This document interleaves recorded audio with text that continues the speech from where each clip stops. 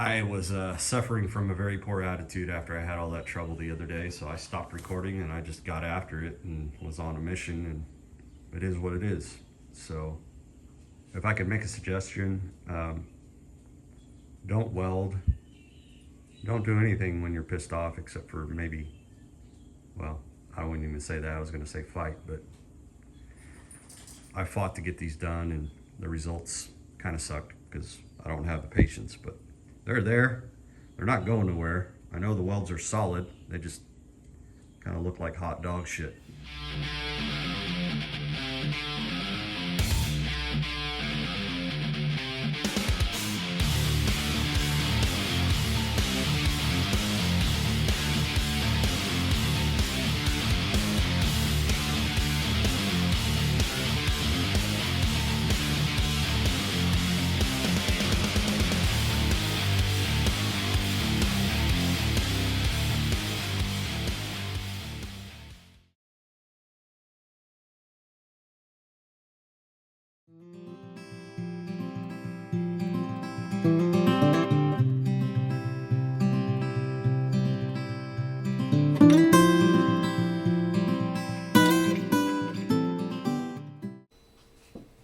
Well, first off, I want to say happy Memorial Day weekend to everybody.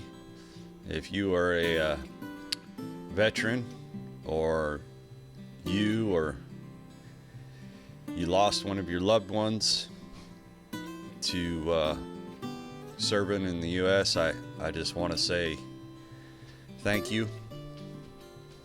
We definitely do honor our American heroes, our first responders, all of them.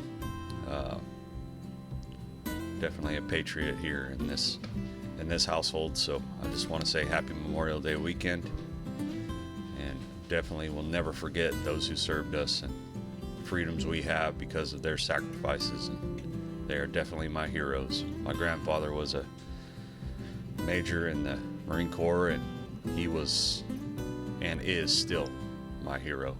So happy Memorial Day weekend to everybody.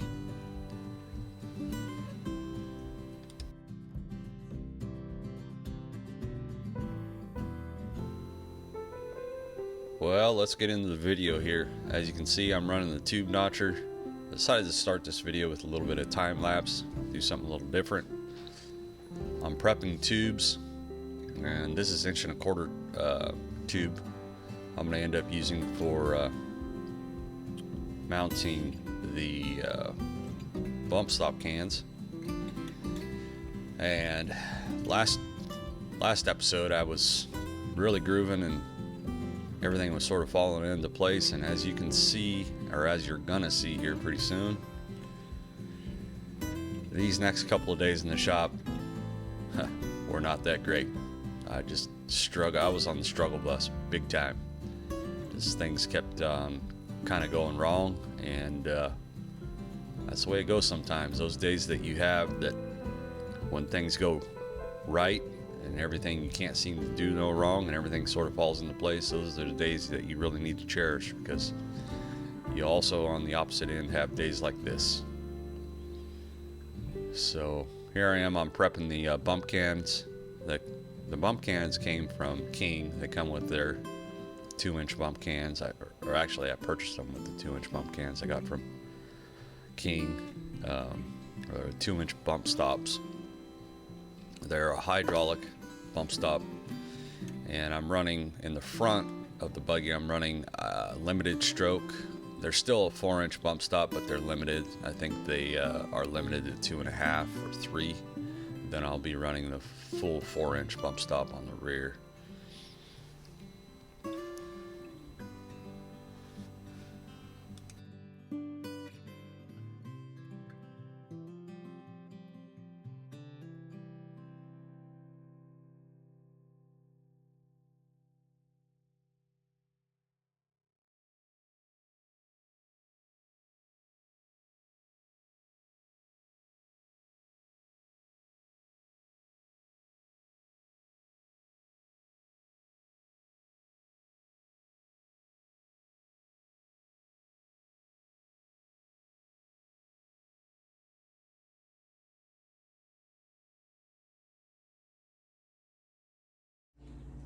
So as you've seen in the time lapse, working with some 1¼ inch tubing to get these bump cans sort of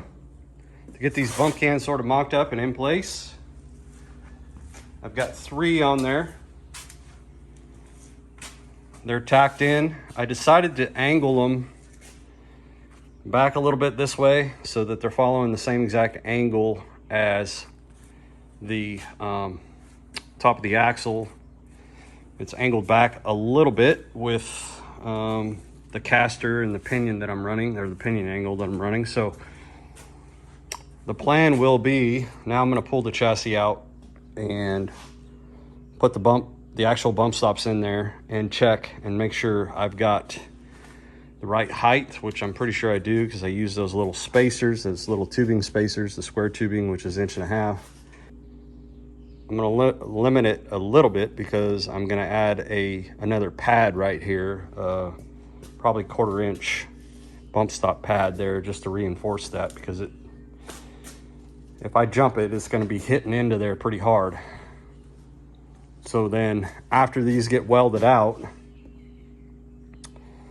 what I'm planning on doing is probably doing some plate work in here. Plate work gusset, and then probably plate work right here. I don't know if I'll put another tube from here to here and fill in that plate, or just take a plate and break it so it's coming around this way. I kind of need the width in here because that's where the winch is going to sit, but we'll see. We'll see. I've got to contend with this, and so we'll see. Once I get the winch, we'll kind of see, but I think the tubing that's going to run across here is going to be that, at least in the front, will be this 1¼ inch tubing, probably run 1 3/4 inch stringer across here, if that makes sense, right here where these joints are. But yeah, so that's been the mission, and we're going to keep it going. Well, shit, I screwed that up. Something's definitely not right here. I guess I must have mismeasured the amount of bump stop that sticks out beyond the can, because I have a bunch of shock shafts showing over on this side. This can over here is lower than that can by a good bit. I don't know what I did. Anyway, all I know is it's not right, and I screwed that up. So I need to move the entire can upward to get more up travel. So I'm thinking if I tack these tubes, I've only got 1 tack in each one of these mount tubes. So if I tack these tubes 180 degrees out on the frame side, and then cut these tacks, I might be able to just slide the whole thing up where I need it. Yeah, I don't know what happened. All I know is it's not right, and I definitely screwed something up somewhere. I got this measurement wrong. Maybe I was thinking it would go in there like that, because this is 2 by 1½ tubing, and I ended up putting them in place like that. I don't know. I have no idea what I did, but I measured wrong, or something went haywire. Anyway, so hopefully all is not lost. I can make what I've already done work without having to redo everything, but we'll see what happens here. All right, well, that's more like it.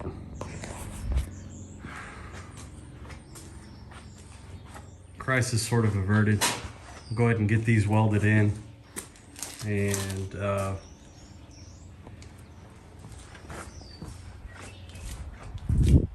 work on the plate work if I feel like it. If I start welding, it's going to be quite a bit of heat in that area, so I should probably just weld a little bit at a time.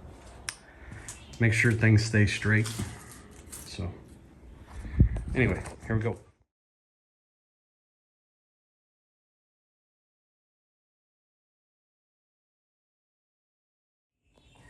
All right, well, here we are the next day. After a bunch of cussing and discussing, I did get these bump stop cans welded in. It was kicking my ass. I think I recorded the last update was when I had figured out that I screwed up on the height, and then I went and made the mistake of using, after I got everything back where I wanted it, the height adjusted correctly. I think what the problem was, I made the mistake of using some old water-based anti-spatter spray. I sprayed all the joints down, which I haven't done on anything else on the chassis, with the exception of some of the stuff on the front axle. But I did that, sort of waited for it to dry, and then I went to welding, and I was having all kinds of trouble with porosity. And I think it was the anti-spatter spray that I used. It's this water-based stuff. I think I might have thrown it into the corner or into the garbage. I was frustrated. I was chasing porosity, and I was regrinding welds, and the welds on here don't look great. And there's something to be said about good looking welds versus good structural quality, integrity in the weld. And I want both, and I'm very hard on myself, so I'm very critical of everything I do, and some days I just don't have it. It doesn't work out right. So I fought through and I got these done, but I'm not, again, like I said, I'm not super happy with the welds. I'm not super happy with the way the welds turned out. The cans and everything, they're installed correctly, looks great. I discovered that my bump pads on the axle are 1/4 inch different for some reason. So yeah, that's not perfect, but that resulted in one of the bump cans being higher than the other by 1/4 inch. But once you get the bump stops in there and the shocks and everything else that's going to be going on up here on the front end, nobody's going to notice. Only I'll know, and whoever's watching this will know. But I was debating on whether or not to do some plate work in here, some cool plate work, maybe put my logo in that plate right there, but I'm not sure. I was suffering from a very poor attitude after I had all that trouble the other day, so I stopped recording and I just got after it and was on a mission, and it is what it is. So if I could make a suggestion, don't weld, don't do anything when you're pissed off except for maybe, well, I wouldn't even say that, I was going to say fight, but I fought to get these done and the results kind of sucked because I don't have the patience. But they're there, they're not going nowhere. I know the welds are solid, they just kind of look like hot dog shit, but that's the way it goes sometimes. So this little tube that's in here is just kind of in there temporarily. I kind of put it in there. It doesn't really need it, but I kind of put it in there to sort of box this in for a plate. This tube here, I'm gonna plate that in. I don't know if I'm gonna do that or not. It's more work, it's more weight. It's not probably necessary, it's just kind of for aesthetics. I'm probably gonna wait until I get a winch because I want to make sure the winch is gonna fit in this space and not interfere with these tubes. So I'm not gonna weld those in until I have that winch there and I know it's gonna fit in there. So anyway, so moving forward, today's a new day. I'm gonna focus on these motor mounts. I've got the actual motor mount plate bracket over here on the table, and they're just tacked in. So I'm gonna get these all cleaned up and welded up. And then I've got an old aluminum LS block here from my buddy Anthony. I'm gonna stick that in there It's an empty block, so it's fairly light and easy to throw around. Well, it's not easy to throw around, but it's a lot easier than a fully dressed engine. I have the mock-up engine over there, but the problem with the mock-up engine is it's only made out of like 1/8" plate. And when you put the transmission on the back, it flexes. So I want to make sure I have everything in there solid and where it's supposed to be before I fully weld everything in. These tubes in here that are going down to the motor mount bushings, I'm gonna put gussets in there. Either plate gussets or tube gussets. I'm not sure quite yet what I'm gonna do, but they're gonna need to be gusseted both forward and back. And anyway, so I need to get the block in there, transmission, transfer case. I want to, after I get that welded in, then I want to weld in my carrier bearing mount, get this front drive shaft bolted up again, and weld that carrier bearing mount in there. So that'll be another big piece of the puzzle done. If I can get that done today, I'm just gonna set my sights on that just by itself. And then I'll move on to either the back axle, bump mounts, sway bar arms, sway bar bushings, sway bar stuff, and the final weld in the upper shock mounts. So depending on how far I get, I'll move on to that. I've also got a design to do some little Nerf rails on the side here, kind of similar to what's on this buggy. See these little Nerf rails here?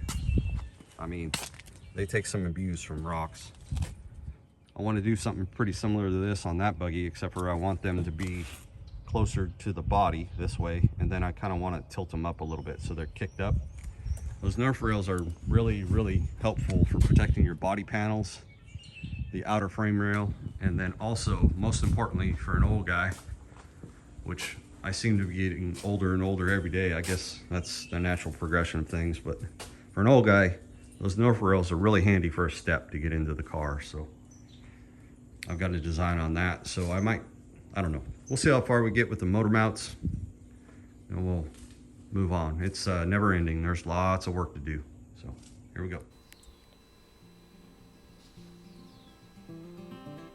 These original motor mount plates I cut quite a while ago, probably over a year ago, and they're cut out of 1/4 inch hot rolled steel. So I'm gonna do the best I can to get these cleaned up before I final weld them.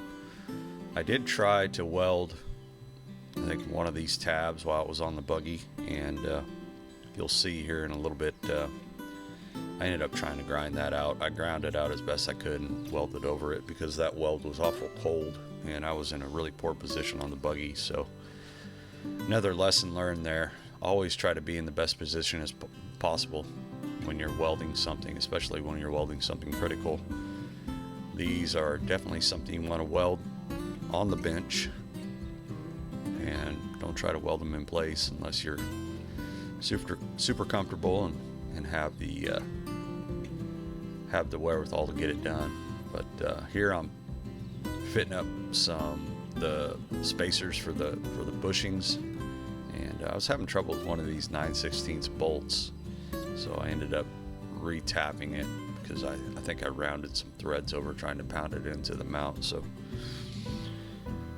always something nice to have is a tap set in your shop, and so I'm getting that done.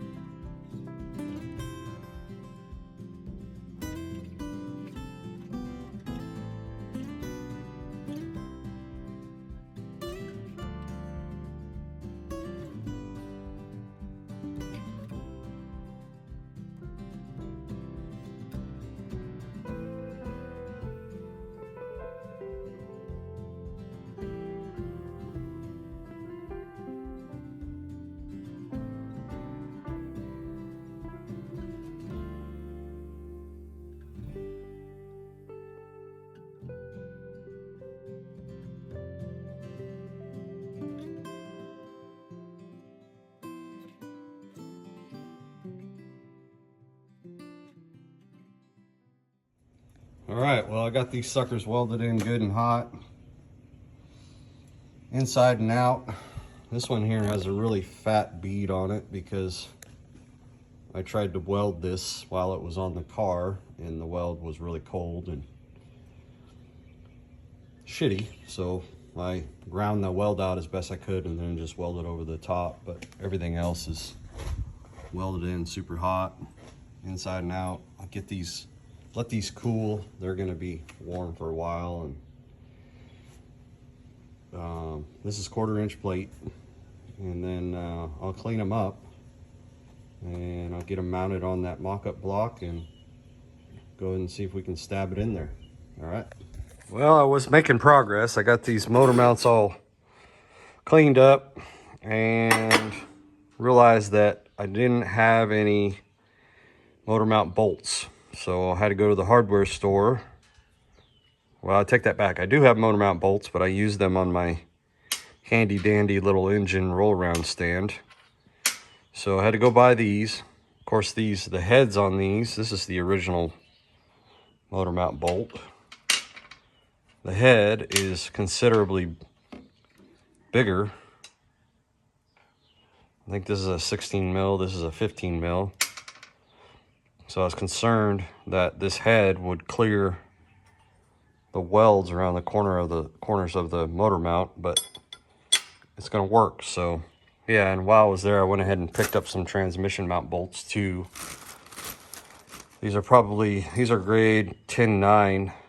So I think they're the correct grade. I hope so. It was like 35 bucks worth of bolts right there.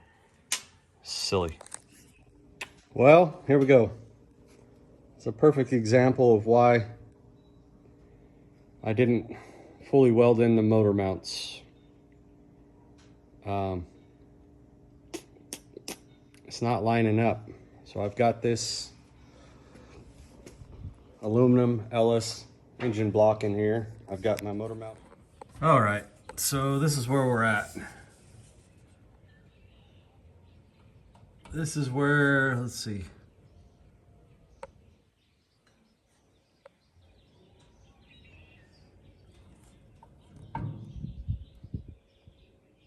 This is where it needs to be for the engine to be level across the top. I haven't measured for center yet, but that's quite a bit off. You can see this, the silver in there for the aluminum bushing. It's got to be 1/8 of an inch, if not close to it. So I don't know. There's a couple of ways I can do this. I can just grind that hole out and add a weld washer on both sides and weld it in, and just run a longer bolt, or cut all this apart, these tacks here, that tack there, and move that up. And I can already tell you that grinding that and elongating that hole in there is going to be the easier way to do it. Now I just want to check the engine from side to side and see if it's centered. If I change this too much, it's going to change everything I've done back here. So the path of least resistance might be just to grind that and get it centered, but probably what I should do is bolt up the transmission now and see if that's off, because now everything's got me guessing. And anyway, this is why I waited to weld in the motor mounts fully, and because shit moves around. And the little sheet metal mock-up transfer case I got from Speedway Motors is just that, it's sheet metal, so it flexes and twists a little bit too. So anyway, it's I knew this would probably happen. I was crossing my fingers and hoping it wouldn't, but it's the way it goes. This is part of the deal here, so we'll figure something